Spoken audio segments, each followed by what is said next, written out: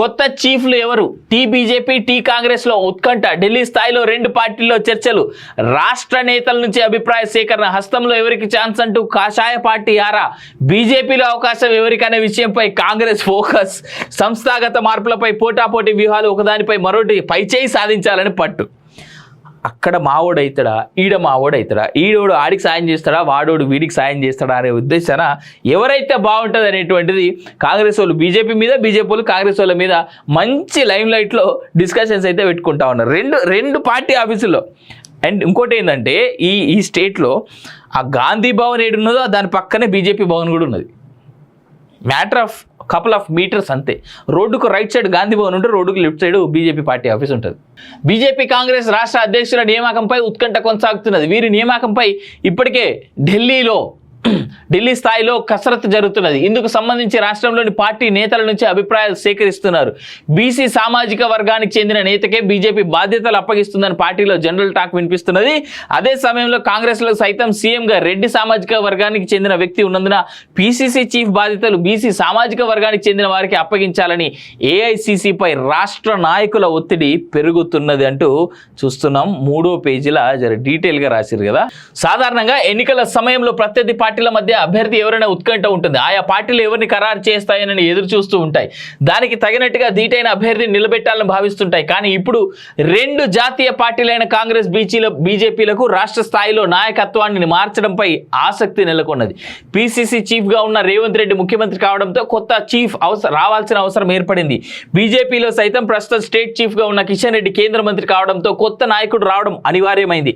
దీంతో ఏ పార్టీకి ఎవరు స్టేట్ చీఫ్ అవుతారనేది ఆ పార్టీ నేతలు ఉత్కంఠగా మారడం ఒక అంశం అయితే, బీజేపీకి కొత్త చీఫ్గా ఎవరొస్తారని కాంగ్రెస్కు కొత్త చీఫ్ ఎవరొస్తారని బీజేపీ పరస్పరం దృష్టి పెట్టిన వాతావరణం రాష్ట్రంలో నెలకొన్నది. రెండు పార్టీలకు బీసీ లీడర్లు చీఫ్గా అంటూ చూస్తా ఉన్నాం. అట్లే నిర్ణయం మార్పు వ్యూహాల్లోకి కసరత్తు. ఫలానా వ్యక్తి చీఫ్గా వస్తే సొంత పార్టీ ఓటు బ్యాంక్ ఎఫెక్ట్ పడుతుందా, ఆ కమ్యూనిటీ ఓటు బ్యాంకులో చీలిక వస్తుందా, దాన్ని నివారించుకోవడానికి ఏం చేయాలి, ఇలాంటి మాటలు వినిపిస్తున్నాయి. ఎవరు వచ్చినా పర్వాలేదు కానీ ఫలానా వ్యక్తి మాత్రం రావద్దు, వస్తే రకరకాలుగా గ్రామ స్థాయిలో కార్యకర్తలను కులం, సీనియారిటీ తదితరాలతో డిస్టర్బ్ చేస్తారనేది ఈ ఆందోళనకు కారణం. ఒక దశలో ఫలానా వ్యక్తికి స్టేట్ చీఫ్ పోస్ట్ ఖాయమైన సంకేతం రాగానే ఆ పార్టీ లీడర్ల మధ్యనే భిన్నాభిప్రాయాలు తలెత్తడం, చక్రం తిప్పడం, హైకమాండ్ నోటీసులకు వెళ్లేలా ఆ పార్టీ లీడర్ల నుంచి అసంతృప్తి లేగేలా చేయడం, ఇలాంటి వ్యూహాలకు కూడా కసరత్తు జరుగుతున్నది. సొంత పార్టీ నేతల నుంచి అసమ్మతి పెరిగితే నిర్ణయంలో మార్పు ఉంటుందనేది ఈ వ్యూహం వెనుక ఉద్దేశం. ఇది మేజర్గా జరిగింది. నాకు తెలిసి బీజేపీ గురించి రాసినట్టుగా కనిపిస్తుంది. ఏ పార్టీకి ముందుగా చీఫ్ వస్తారో, కాంగ్రెస్ బీజేపీలకు స్టేట్ చీఫ్లుగా కొత్త లీడర్లను హైకమాండ్ ప్రకటించే టైం దగ్గర పడుతుండటంతో ఇలాంటి పరిణామాలు నెలకొన్నాయి. ఒకవేళ రాకూడదనుకున్న వ్యక్తి ఆ పార్టీకి చీఫ్గా వచ్చినట్టయితే పూర్తి స్థాయి దృష్టి కేంద్రీకరించలేని విధంగా రకరకాల సమస్యలతో ఒత్తిడి పెంచేలా, నిత్యం ఇరుకున పెట్టేలా, విమర్శలు, ఆరోపణలతో సంస్థాగతంగా నిర్మాణంపై దృష్టి కేంద్రీకరించే పరిస్థితి లేకుండా ఇబ్బంది పెట్టాలనే ప్రయత్నాలు లేకపోలేదు. ఏ పార్టీకి ముందుగా కొత్త చీఫ్ వస్తారో అనే ఉత్కంఠ రెండు పార్టీ లీడర్లో కనిపిస్తూ ఉంది. ప్రత్యర్థి కదలికలపై ఆరా అంటూ చూస్తున్నాం. ప్రత్యర్థి పార్టీ నాయకత్వానికి ధీటుగా సొంత పార్టీని సంస్థాగతంగా బలోపేతం చేసుకోవడం, పార్టీ నిర్మాణాన్ని గ్రామ స్థాయిలో పటిష్టం చేయడం, ప్రజలకు దగ్గర కావడానికి వీలుగా నిర్ణయాలు తీసుకోవడం, పైచేయి సాధించేలా వ్యూహాలు రూపొందించుకోవడం అన్ని పార్టీలో సహజంగా ఉండేది. కానీ ఈసారి మాత్రం ప్రత్యేకంగా ఆ పార్టీకి కొత్త సారథి ఎవరు వచ్చే అవకాశం ఉన్నది, దీంతో తీసుకోవాల్సిన జాగ్రత్తలు ఏంటి, ఇలాంటి అంశాలపై రెండు పార్టీల నేతల్లో కొత్తగా ఆసక్తి కనిపిస్తున్నాయి. ప్రత్యర్థి పార్టీకి నాయకత్వం ఎవరో తెలిసిన తర్వాత వ్యూహాలు రూపొందించుకున్న విధానానికి బదులుగా ఇప్పుడు మాత్రం ముందు నుంచే ప్రత్యర్థి పార్టీలోని కదలికల పరిణామాలను గమనించడం మొదలైంది. గతంలో ఎన్నడూ ఇలాంటి ఆందోళన అలజడి లేదని, ఈసారి మాత్రమే భిన్నంగా కనిపిస్తుందని చర్చలు వినిపిస్తూ ఉన్నాయి. ఇక ఇక్కడ నుంచేమో ఒక విషయం, ఈటల రాజేందర్ పేరు బీజేపీ నుంచి వినిపిస్తూ ఉంది. కాంగ్రెస్లోనేమో చాలా డిఫరెంట్గా మొన్నటిదాకా సీతక్క పేరు వచ్చింది. సీతక్క తర్వాత ఇంకెవరెవరు 2-3 పేర్లు వినిపిస్తూ ఉన్నాయి. మధు యాస్కి పేరు కూడా వినిపిస్తూ ఉన్నది. సో ఇలాంటి తరుణంలో ఎవరికి ఇస్తారనేటువంటిది చూడాలి రెండు పార్టీలు. కాకపోతే ఇక్కడ సబ్జెక్టు కరెక్షన్ ఏంటంటే, అక్కడ ఈటెల అయితే ఇక్కడ సురేష్ షెట్కార్కి ఇస్తారా, ఇక్కడ మధు యాష్కి ఇస్తారా? ఒకవేళ మధు యాష్కి కనుక ఇస్తే ఈటెల్ని మధు యాష్కి తట్టుకోగలడా? ఈటెల మధు యాష్కిని తట్టుకోగలడా? మధు యాష్కి ఈటెలను తట్టుకోగలడా? వీళ్ళిద్దరి మధ్యలో కాంపిటీషన్ ఎట్లా ఉంటుంది?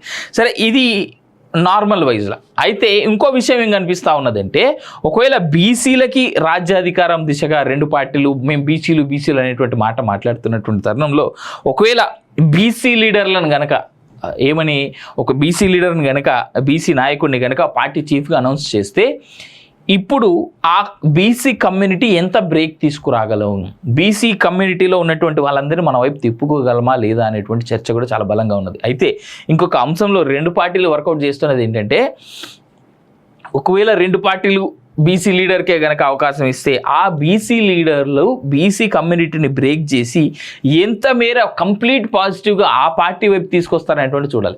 సరే, ఇక్కడ ఎవరిని అనౌన్స్ చేసినా ఇంటర్నల్గా ఉండబోయేటువంటి ఫైట్ ఇన్నేళ్లుగా బయటపడలే, కానీ స్లోగా మీరు అబ్జర్వ్ చేయండి, బీజేపీలో జరుగుతున్నటువంటి అంతర్గత పోర్లు రోజుకోటి స్లోగా బయటపడతా ఉన్నాయి.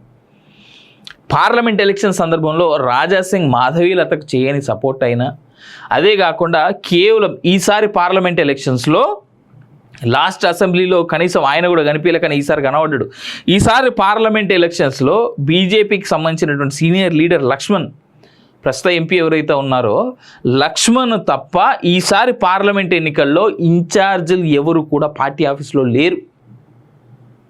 ఇక్కడ నుంచి సెంట్రల్ ఆఫీస్కి ఇన్ఫర్మేషన్ ఇవ్వాల్సినటువంటి వాళ్ళలో ఒక్క లక్ష్మణ్ తప్ప ఇంకెవరు పార్టీ ఆఫీస్ నుంచి బాధ్యతాయుతంగా పని చేయలేదు. ఇది ముమ్మాటికి వాస్తవం, ఒప్పుకోరు. బీజేపీని విమర్శిస్తే చాలామంది బాధపడతారు, ఏడుస్తారు, కానీ బీజేపీలో జరుగుతున్నటువంటి అంతర్గత కుమ్ములాటలు, కొట్లాటలు, ఆ గ్రూపు రాజకీయాలకి నిజంగా ఎన్నడూ ఈ బీజేపీ పార్టీ కళ్ళెం వేసి కంట్రోల్లో పెడుతుంది అనేటువంటిది చూడాలి. ఈయనే కాదు, సెంట్రల్లో కూడా ఇట్లనే కొన్ని రకాల గ్రూపుల కొట్లాటలు జరుగుతూ ఉన్నాయి. I'm very sorry to say this. నాకు ఏ పార్టీ అయినా ఒకటే, నేను అందరినీ ఇదే విధంగా లెక్కలోకి తీసుకుంటా, అందరినీ ఒకే రకంగా చూస్తాను. నేను ఏదేమైనా చూడాలి ఎట్లా ముందుకు పోతుంది అనేటువంటిది. కొత్త చీఫ్లు ఎవరు? టీ బీజేపీ, టీ కాంగ్రెస్లో ఉత్కంఠ. ఢిల్లీ స్థాయిలో రెండు పార్టీల్లో చర్చలు. రాష్ట్ర నేతల నుంచి అభిప్రాయ సేకరణ. హస్తంలో ఎవరికి ఛాన్స్ అంటూ కాషాయ పార్టీ ఆరా. బీజేపీలో అవకాశం ఎవరికనే విషయంపై కాంగ్రెస్ ఫోకస్. సంస్థాగత మార్పులపై పోటాపోటీ వ్యూహాలు, ఒకదానిపై మరొకటి పైచేయి సాధించాలని పట్టు.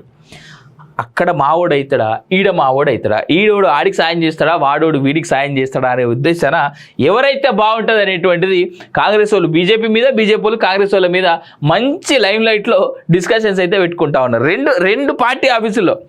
అండ్ ఇంకోటి ఏంటంటే ఈ స్టేట్లో ఆ గాంధీ భవన్ ఏడున్నదో దాని పక్కనే బీజేపీ భవన్ కూడా ఉన్నది. Matter of couple of metres అంతే. రోడ్డుకు రైట్ సైడ్ గాంధీ భవన్ ఉంటే రోడ్డుకు left side BJP party office ఉంటుంది.